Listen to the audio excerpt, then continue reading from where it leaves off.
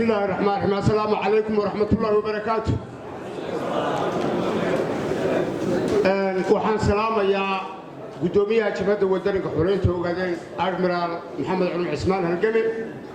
waxaan salaamayaa sekretariga guud ee jabhadda waddanka xorriyadda ogaadeen halgame cabdiraxmaan maaday. waxaan salaamayaa oo xubmad iga maqan iga xurmo igu mataqaanaa iga mudan halgame cadaani. waxaan salaamayaa halgame cabdikariin qalbi dhagax. waxaan salaamayaa halgame sulb cabdi axmed oo jeelin badan ku jiray. waxaan salaamayaa xasan maxamedow VO ka dhammaan waaye. waxaan salaamayaa dhammaan jabhadda waddanka xorriyadda ogaadeen ee guddigeeda fulinta iyo golaheeda dhexe iyo kawaadinka. waxaan salaamayaa ummadaaniga mudan janaar cambaro oo aan la iloobi karin. waxaan salaamayaa dhammaan kawaadirta ururka ONLF iyo dhammaan xubnaha dibadda jiray ee jabhadda waddanka xorriyadda ah oo runtii mudan in la xuso iyaga oo dhib fara badan u adkaysta. bismillaahi raxmaani raxiim. hadalkayga waxaan ka hadlayaa saddex qodob. saddexdaa qodob mid waxaa weeyaan kala guurkii xilligii kala guurkii iyo ONLF. waxaan ahanugu xubnihii baarlamaanka ugu horreeyey. waxyaaba fara badan baan ogahay inaan idiin fiyo. waxaa laga yaabaa dad fara badan inay aaminsan yihiin jabhadda waddanka xorriyadda ogaadeenaya inay iyagu iskeedu baxay. ma ahayn walaalayaal.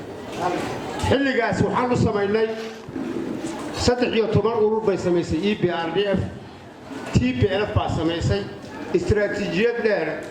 oo laga lahaa dalkan iyo Soomaaliya ayaa waxaa loo sameeyey 13 urur oo qabiila si loogu jabiyo ururka ONLF. danta laga lahaana ay ahayd magac intii loo bixiyey xisbiga in lagu qaato ilaa Muqdisho ilaa Soomaaliya. haddana way jirtaa waa la maamulaya. walaalayaal 13 urur markii la sameeyey waxay ku guulaysatay ONLF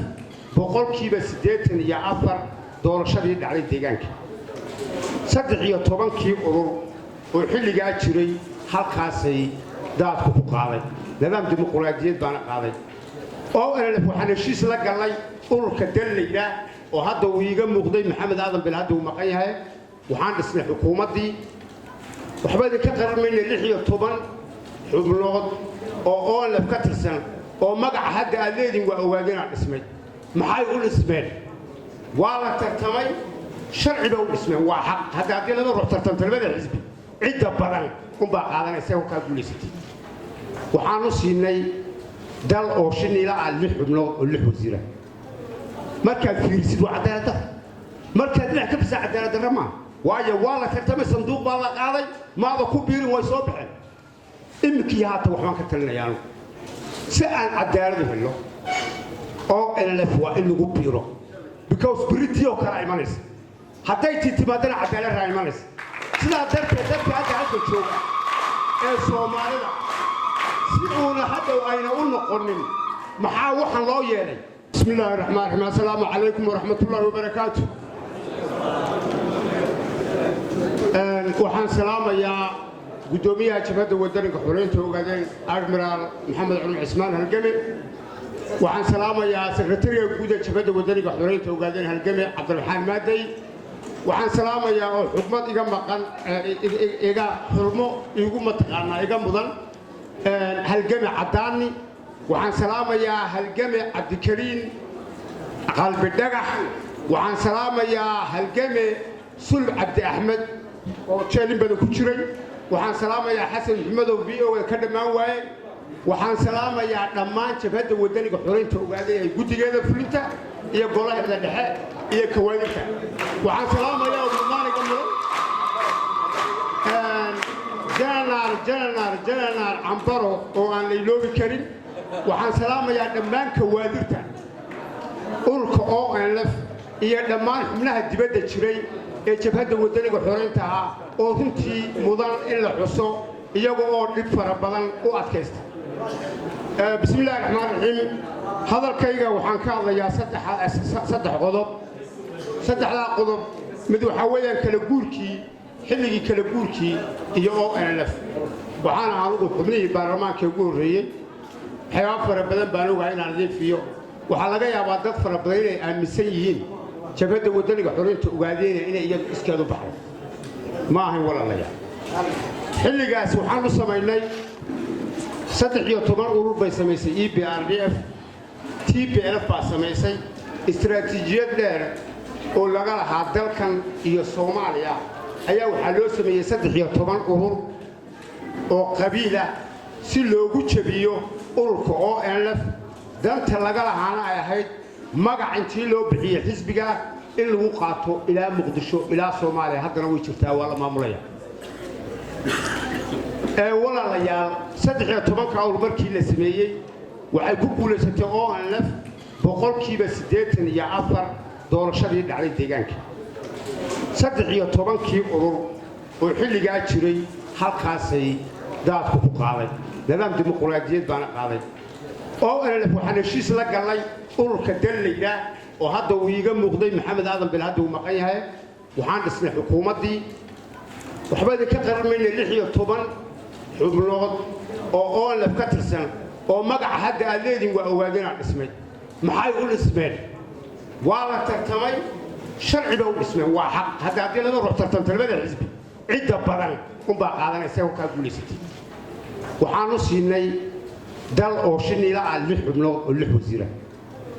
markaad fiirisid waa cadaalad markaad dhinac ka fisa cadaalad darama waayo waa la tartamay sanduuq baa la qaaday maada ku biirin way soo baxeen imkii haata waxaan ka talinayaa si aan cadaalad u helo oo LF waa in lagu biiro because Britio kala imanaysa hadday timaadana cadaalad ra imanaysa sidaa darteed dadka hadda jooga ee Soomaalida si uuna hadda ayna u noqonin maxaa waxaan loo yeelay in aan lagu midoobo ururka ONLF muqaddis tan kale xisbiga dimuqraadiga shacbiga Soomaaliyeed baa la sameeyay magacan ogaadeenaya daaqada laga saaray dantii laga lahaa wiilfish waxay ahayd in Muqdisho la maamulo oo dakadeeda uu nin la janaal gabar oo lacagta ka qaato waxay ahayd in Puntland la maamulo waxay ahayd Soomaaliland la maamulo tiina way dhacday dadka marka ku meeraysanaya يعني معناها محوها جبهة waxay naga mudan tahay in aynu ummahad noqo Soomaali oo dhan bay badbaadinaysaa because magacan haddaan ka tagnay inagu oo magaca jabhada aan ka tagno waxa dhacaysa magacii Soomaalida hadii la qaato deelaan Muqdisho lagu gumeysanayaa jabhadu waxay badan u tahay ummadda Soomaaliyeed badbaado u tahay xilliga ayada kala guurka intaan dhaafay dhismihii aan samaynay inayna jabhadu qabiil ahayn gudoomiye xilliga aan u samaynay calanka inuu ma taqaanaa muxuu ahaa uu ka soo fikiro waxa ku jira waxa uu igu muuqdaa waa Uwaas Cabdillaah Uwaas Cabdillaah baa kamid ah saddex guddi buu kamid ahaa guddigii calan samaynta iyo guddigii xukuumadda inay soo magacawdo iyo guddigii magaalada madaxda saddexaas kamid ah oo LF inayna qabiil ku soconin waxaan dooranay walaalayaal dirdabo in magaalada madax laga dhigo markaan maanta dooranay fiidkii waxaa fax loogu soo diray ra'iisul wasaare hore Malla Zeenaawi waxaa subaxii loo qaybiyay 110 warqadood oo photocopy laga qaaday Malla Zeenaawi wuxuu leeyahay walaalayaal annagoo ka hor imanay sharciga suu lagu hor imanay baarlamaan wax doortay uu leeyahay dumiye annagoo ka hor imanay sharciga haddana magaalada dirdhaba haddaad magaalo madax ka dhigataan dhiig badan oo Itoobiya qulquligu haddaad diidaana idin ma ictiraafayno horta ONLF iskamayna bixin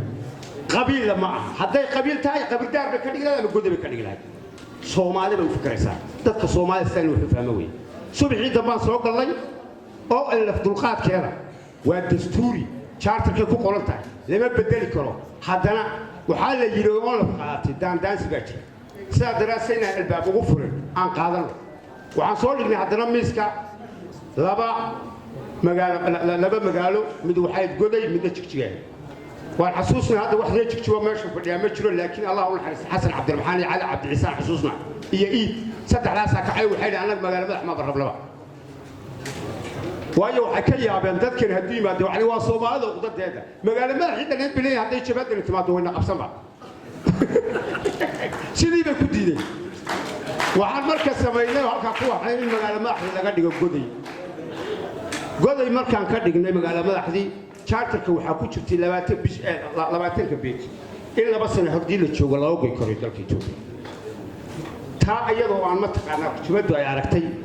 6 مليون بالنسية أو متقنا كارت البجد واحد كابتالي متشلي 6 مليون ولا 6 مليون ما حد كقبل كارت هذاك ما كان عرقني إندر نبو لنودي دي ما كان المعامل كي مدحوينه وأي فوق تشمبرود إنه الورجين تسويجي حل قاسي أو أن الفقان قالتي ما هي واحد بيرات أون أي لا تمده واحد الحكومة دي درك تشتى أي لا تمده كد بعدي وحاد عليه إسبدر كمال كويمد إسلام مركبة أول مركبة بعدي قد فلم بالسمية حكومة بالسمية حكومة دي السمية وحلوية الأجسام وكشري قد فلم توجان كرما بشران من السناوي بالنوية والعيدي ما قال ما حكوا وين صورته لبا وإن شقالها لإريا دمانتو صدق ciidanka booliska wada oo la fawleeyay waxa inta garab socday tirakoob lagu rabo dadna in lagu yareeyo dadna lagu baabiyo halgan adag baa dadkii gudaha ku jiray aan ku soo qaaday halgan adag yaanu soo galay tii markii aan diidnay madaxweyne ninkii loolan jiray in uqdad badan oo lafta qabta laga yaabo laakiin geesi wadani weeye waa Cabdiraxmaan Maxamed Qani يا وحان مثل لا لك قبل لكن جالس ودني رئيس الوزراء بحولي إيد بيح عضو متقنات واربعين بروكراميشن 32 وبيان كو سو baxay tirakoobka iyo guriyeynta waxa ku qoran heer qaran prime minister ka heer region madaxweynaha intay jabiyeen yaa waxa ka dhigeen ciid warbixin bixin markuu yiri waxaan ka codsanay raiisul wasaare أنا مدحونا مية نكاس كبير في دهب حيو وايد بروكلاميش كاس معك قرن بوي وتشيلتو نجارد ببيان وي نجارد جازات أبدا مدحونا ساعة حتى يتاس لحظة وشرعي وحي يقول قرن تبين شرعي ما يقول مرة كاين أسكابنا وشرع مرة شرعي وكفرنا يعني هو هير كان صامري تتصل مدحونا أول فين إسكاب حري والديدني دقال هذاك باكر عين قصب حتى لو حين قلت عيد مدى من الترجين صار رنجلي horta duruufaha faraha badan yaa maamulidii soo jiray ka jiray isagoo ugu cadaab badnaa kii ugu dambeeyay oo dadka gumaada runtii jabada wadaniga xoreynta ogaadeenaya hogaaminteeda waxay mudan yihiin qadarin badan hadda halkan waxa maqlaya qaar leh yani dad baa gaboobay ma gaboobin ninku hadduu fikirkiisu fiican yahay ma gaboobin laakiin dhalinyaro fikirkiisu xaal ku jiro gaboobay dad fikirka ma aaminsan anigu waxaa halkan lagu tababaray oo jira jiil baa soo baxay civil service la waxay barteen kuma jiraan dhiigood wax xorriyad waan la shaqeeyay hogaaminta ma golaan hadafkay xambaarsan tahay hadafkii marka seen wala hadda halkan waxaan ka maqlayaa aan midowno waa sax Soomaaliyeed wax ma noqon mayso laakiin maxaan ku midownaa kolkol aragtidaan ka midowno haddaad gumaysiga aad u aaminsan tahay anna aan rabo inaan xoroobo haddaan dagaalamo waxay maxaad igu diid aragtida in kolkol laga midoobo way waa inuu shakhsigu aaminsan yahay inuu xoroobo markuu yahay baa la isu iman karaa hadda tusaale ahaan dagaal baa socday saaka waxaan la kulmay nin gaariyaha hagaajinay ninkii baan su'aal weydiiyo oo la fahmay tahay baan ku wuxuu yiri 11 qof oo ay ku jiraan ma taqaanaa muxuu ahaa anigii waxa kale ku raafo kale markaan waxaan soo jeedinaa aragtida aan ka midowno midnimada taas waa taatan kale isbedel kaliya isbedel maanta Itoobiya ka dhacay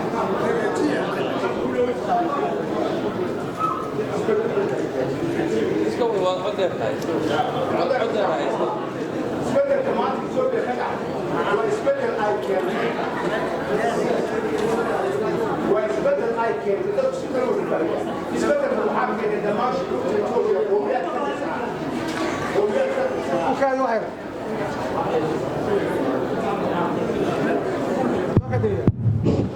isbedel ka dhacay Itoobiya ayaa rabaa in yarna fiyo isbedelka Itoobiya ka dhacay waxa keenay dhamaan qowmiyadaha Itoobiya ururadoodii dibadda